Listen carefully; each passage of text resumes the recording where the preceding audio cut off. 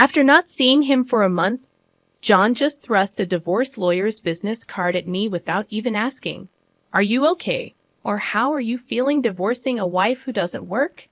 Pay me $1,000 a month as alimony. Sounds good. Take care." John chuckled as he said this, standing beside him. Emily was wrapping her arm around his, wearing a similar smug expression. "Fine, let's divorce then." I said it so casually that John seemed a bit surprised, but he quickly shared his smile with Emily. Good thing John isn't much of a thinker. It makes my plan easier to execute. After the divorce papers got approved, I decided to start my revenge plan on both of them. I will make them cry as a celebration of my recovery. My name is Sarah Wolf. I'm a 47-year-old illustrator. I'd also work as a children's book author. I just love drawing. I have two childhood friends, John and Emily. They're important friends to me, and John is also my husband. It all started when John asked me out as I was heading to a different college after high school. I was surprised. I'd thought he was into Emily, but I couldn't say no to a confession from John, whom I had secretly liked. After some thought and consultation with Emily, I accepted John's proposal. Emily's behavior had been a bit problematic since teens, but she was still a dear friend to both John and me. However, Emily had a tendency to snatch other people's boyfriends and then dump them once they became obsessed with her, causing problems time and again. Her parents were concerned, so John and I often spent time with her to watch over her. John and I got married when we were 25, 4 years later. Emily brought her fiancé into our lives. His name was George, a professional working for a top-tier company. Nice to meet you, Sarah and John. I've heard so much about you. Looking forward to our future together. George was very polite, and we all got along immediately. We would get together during holidays and vacations, taking trips or going on long train rides to enjoy some drinks. However, things started falling apart after Emily got pregnant 2 years into her marriage. John and I originally had many siblings, so there was no worry about an heir. So we decided we didn't need children. Both of us loved kids, but weren't keen on actively caring for them. Besides, we loved our freedom to travel and enjoy drinks. We often found it heartwarming to see families with children, but it was never more or less than that. When Emily announced her pregnancy, John's attitude started to change. He quit smoking because Emily said she couldn't stand the smell, and even offered to drive her to doctor's appointments using his vacation days. I warned him, "George might get upset if you're always with Emily." But John argued back, "You have work, don't you? She's our childhood friend, and she's reaching out for help. You're heartless." I said, "I've been buying things and helping where I can, but going with her to the obstetrician is crossing the line." When I said that, John frowned, and then he glared at me. "Why?" "Because Emily wants it, right? She says she's anxious about the checkup. I can't just let her go alone if she's anxious. All the more reason for George to go with her, right? If you go with her every time, it's almost like you're the father of the baby in her belly. John jealous? You're not going to get pregnant anyway, so what's the problem?" He didn't take my concerns seriously, and instead started to snap, saying I was being annoying. We had hardly ever had a fight during our marriage, but things changed when Emily got pregnant. Our arguments increased, and that didn't change even after Emily gave birth. In fact, John started spending even more time with Emily and their child, Emma. But when Emma was 6, an incident occurred. It had to do with the attendees of Emma's graduation ceremonies. The day before the graduation, John suddenly started rummaging through the closet. "John, what are you doing? Have a meeting tomorrow." John's workplace had a casual dress code, but there was a rule to wear a suit during client meetings, so he always kept a few suits ready. But they were all thrown on the bed now. "Ah, no, just trying to decide what to wear for the graduation ceremony." "What? You're seriously thinking of attending the graduation?" "Yeah, George, can't make it. Emily asked me." "Wait, that's absurd. No matter how you look at it, I inadvertently raised my voice in denial. Immediately, John's face turned sour. I knew he occasionally picked Emma up from kindergarten, and I had done so myself when asked, yet it was nonsensical for a childhood friend who wasn't even a biological parent to attend a graduation ceremony. What? You still doubt me and Emily? I'm disappointed that you can't even help out. That's not the point. Point anyway. I'm attending the graduation tomorrow, so iron a shirt properly. John said that and abruptly ended the conversation, leaving me behind and going to the bedroom. I had no choice but to call Emily. Hello, Emily. About tomorrow. Sorry about tomorrow. I'm borrowing John. But won't George be upset about the graduation attendance, Sarah? What are you talking about? Obviously, I haven't told George that the graduation is tomorrow. I'll tell him after the ceremony. I was shocked to learn that George didn't know about the graduation schedule. Upon further questioning, it seemed that Emily hadn't informed George about any of the kindergarten events so far, and John had been acting as the father at the kindergarten, which made me dizzy with its selfishness. Wait a minute, Emily. Isn't that extremely unreasonable? It's disrespectful to George, and just because he's a childhood friend, eh? What's wrong? Sarah, you're scary. Well, see you tomorrow. Wait, Emily. I was trembling with anger at Emily, who unilaterally hung up the phone.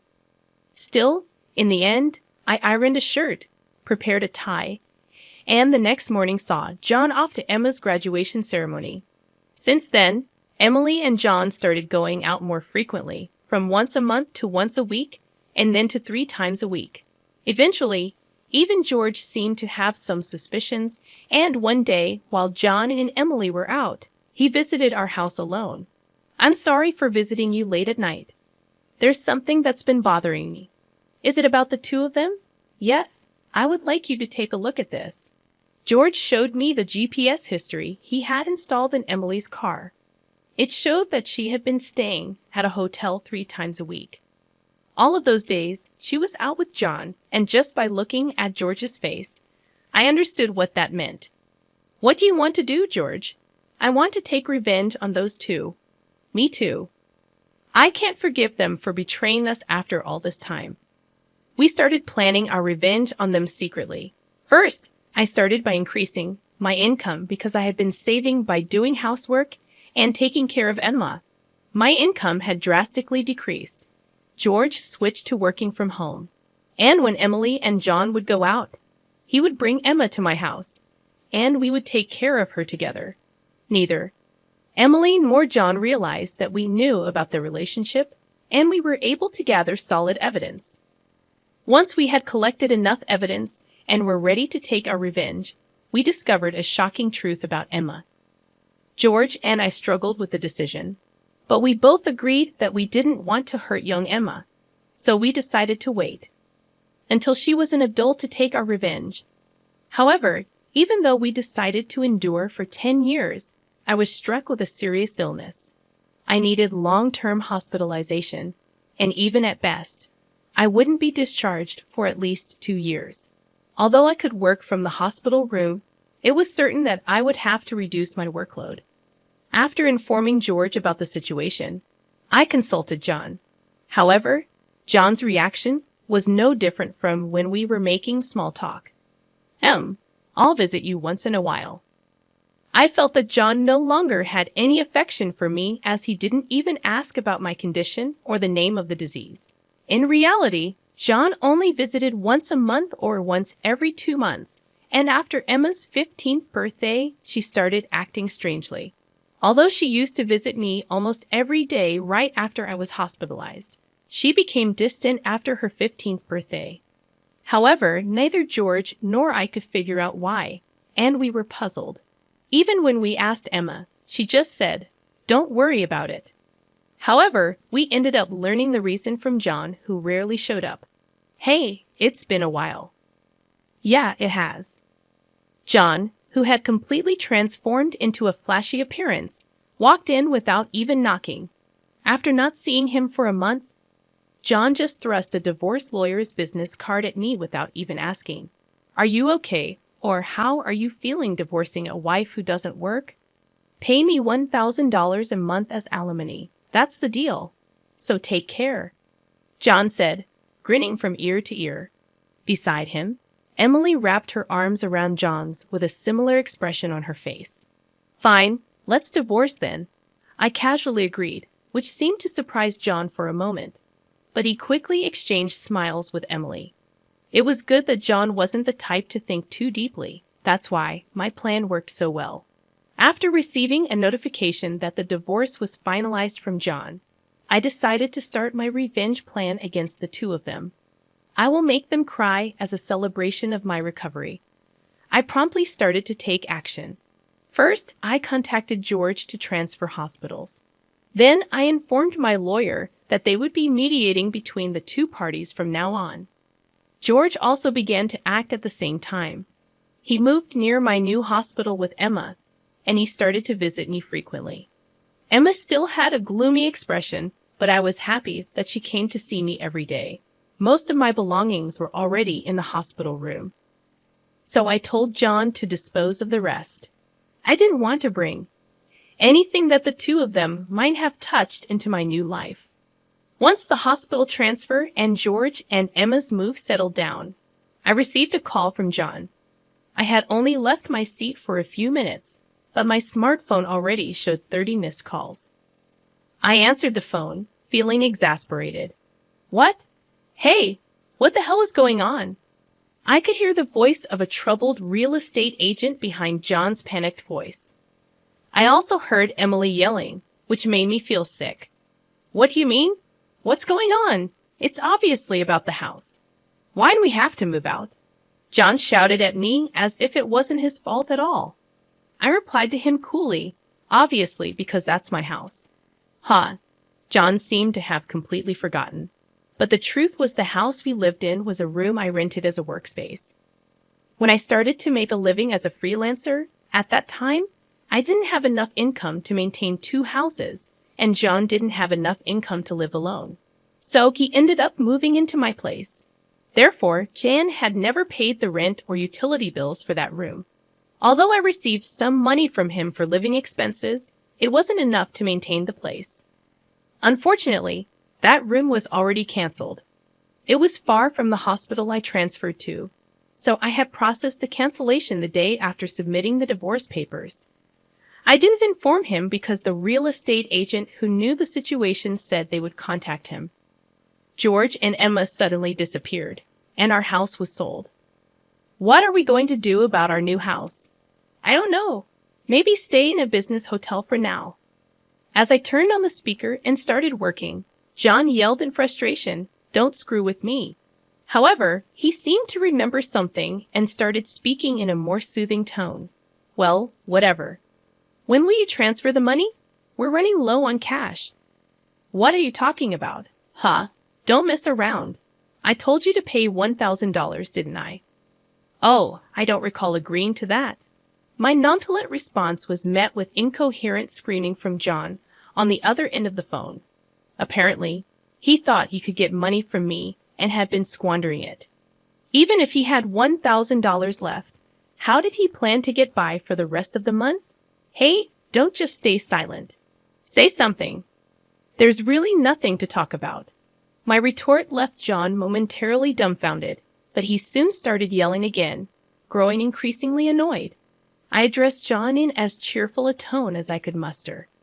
Anyway, we're basically strangers now, so please don't contact me anymore. You'll hear from my lawyer. Huh? Lawyer? Hey, wait a minute. I hung up without listening to John's response. He tried calling back several times, but I ignored it, and eventually the calls stopped. However, angry that I didn't answer, John started ignoring calls from my lawyer. He certainly had a childish side, but I never imagined he'd be the kind of person who didn't mind causing trouble for others. I sighed deeply at John's selfishness. A few months later, after a temporary discharge from the hospital, I visited John's parents' house. In front of me were John and Emily, both looking small and trembling. You telling my parents is a low blow. Oh, I just reported that we got divorced. Jan glared at me in response to my answer, but he shrank back under his father's stern gaze. Actually, I had a great relationship with my in-laws, even visiting and dining with them when John wasn't around. Despite being so well-loved, I felt it was wrong not to share the details of our divorce. So I went to visit them. Is it true that you're remarrying Emily? Yes, it's true. True. Emily, Emma, and I are going to start over as a family. What are you talking about? Your only family is Sarah. She's not my family anymore. John's words made his father frown with a look that seemed to say, "Give me a break."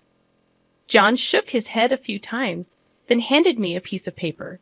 It was a bill from a nearby luxury hotel. What's this? It's the bill from the hotel we stayed at. John, acting as if it was obvious, pointed at the bill on the table, then suddenly collapsed. Oh, what the heck, Mom? I didn't raise you to be like this. My mother-in-law, gasping for breath, was met with a look of disbelief from John. Next to him, Emily wore the same expression. Why are you so angry? It's just that the family is changing because I'm getting married. Plus, you'll have a grandchild, a blood-related one at that. Aren't you happy? You two didn't. My mother-in-law, looking as if she couldn't believe what she was seeing, glanced at Emily, then turned her gaze to me. Both my in-laws understood that I didn't want children and still treated me as their own daughter. Of course, they treated Emily, my childhood friend, similarly. But there was always a boundary between a daughter-in-law and a friend. I remembered Emily often complaining about that. So I was certain my mother-in-law wouldn't be happy about this situation, and Emily should have known it too. You dote on Emma, right? It'll be your grandchild, so you'll be happy, right? It's because she's a child I've known since she was little. Oh, but half of her blood is from John, right? Even after all this, Emily, showing no sign of remorse and acting as if she couldn't understand the problem, gave me goosebumps. At that moment, someone who had been silent until now spoke up. Enough already. It's disgusting, huh? Emma, who had been playing with her smartphone in the corner of the room, spoke to Emily without looking up. The room fell into a stunned silence. My dad is the only one I consider my father, whether we're related by blood or not. He's the only one. But you know, John has always been the one to attend your school events. I heard everything from Dad, how he was always informed of the event dates after they were over. How eventually even the events themselves were kept from him. But Dad always said I was his daughter, so I am his daughter, and I will never be yours. Emma glared at Emily as she said this. Then, sitting beside me, she switched to a more concerned tone. You know, when I found out about this, I thought you would hate me. But Dad said that wasn't the case, so I came here today. Emma, I love you so much. You were so kind to visit me every day while I was in the hospital. I was really happy, Sarah. Emma, perhaps relieved of her anxiety, teared up and hugged me tightly. It might indeed be a child resulting from an affair between John and Emily. Yet it's a child I've taken care of for 15 years. There's no way I don't have affection for her. Speaking of which, Emily, weren't you curious why I wasn't surprised when I found out Emma is John's daughter? Ah! Emily looked startled. Before she could speak, a new person entered the room. We knew from the start, 10 years ago actually. George suddenly appeared. Understandably so, as she had recently unilaterally demanded a divorce, citing irreconcilable differences. I was shocked when you mentioned divorce. Oh, and, unfortunately, you're not divorced yet. The divorce papers are still here. Didn't you notice? What? I figured it wasn't in Emily and John's nature to confirm things. But I couldn't help but be stunned that Emily, despite the 100-day waiting period for women to remarry, hadn't noticed for months. So, Emily is still my wife, and Emma is still my daughter. Well, since there won't be a wife, though. Wait, what do you mean? A 15-year-old can choose their parent. That's not true. Emma wants to be with Mom, right? Emily said that and looked at Emma. Emma frowned at Emily and held my hand. Emily was speechless at that and glared at me. Then John suddenly burst into laughter. So that's what it is. You two are together, huh? But too bad. Isn't it impossible to live on George's salary alone? Can you stop making weird assumptions? Also, it seems George earns double the amount you think. Emily knows about it, huh? It's probably a bluff. A lol. Besides, it's impossible for you to work while dealing with your illness. You'll just die miserably somewhere. This time, I laughed at John's huge misunderstanding. John, seeing me suddenly start laughing, was getting frustrated. You didn't know about my income, did you, huh? It's probably just a bit more than a part-time job. No, it's different. My annual income is $500,000, huh? John's eyes and mouth were wide open in shock. Emily was also stunned. In fact, over the past 10 years, I had become a popular children's book author, and my income had skyrocketed from essays, interviews, and the like. Moreover, a film adaptation is planned soon, so my income is skyrocketing. Liar. Oh, do you want to see this? I said that and showed Emily my bank account screen. It clearly showed a large amount of money being deposited every month. Emily was at a loss for words when she saw it. Sarah, let's make up, huh? What are you saying? Emily was furious at John's words. Blinded by the money, I watched them blankly and then opened my mouth. Well, if you want to get married, feel free. Oh, and I'll definitely take the compensation for damages, Sarah. Wait, Sarah. Ignoring John's words, I took Emma's hand, and after saying goodbye to my in-laws, I left their house. John originally worked at my father-in-law's company, but it was revealed that he was lying about going out for sales, and he was fired. My father-in-law planned to forcibly put him on a friend's fishing boat and work him to the bone. Working on a fishing boat was tough for an indoor-loving John, and he contacted me several times. But each time, I notified my father-in-law, and eventually, the calls stopped. Emily lost custody to George and got divorced. She seemed uninterested in John, who couldn't afford luxuries and didn't seem to chase after him. She was disowned by her family and lived alone in a rundown apartment. She hadn't worked at all since getting married, and since she had always made others do things for her, she couldn't do anything herself. And there were hardly any places that would hire her as a full-time employee. Still, she had to pay for her living expenses and child support, so she worked multiple part-time jobs and barely made ends meet. After entering high school, Emma worked hard every day to study abroad and go to a prestigious university overseas.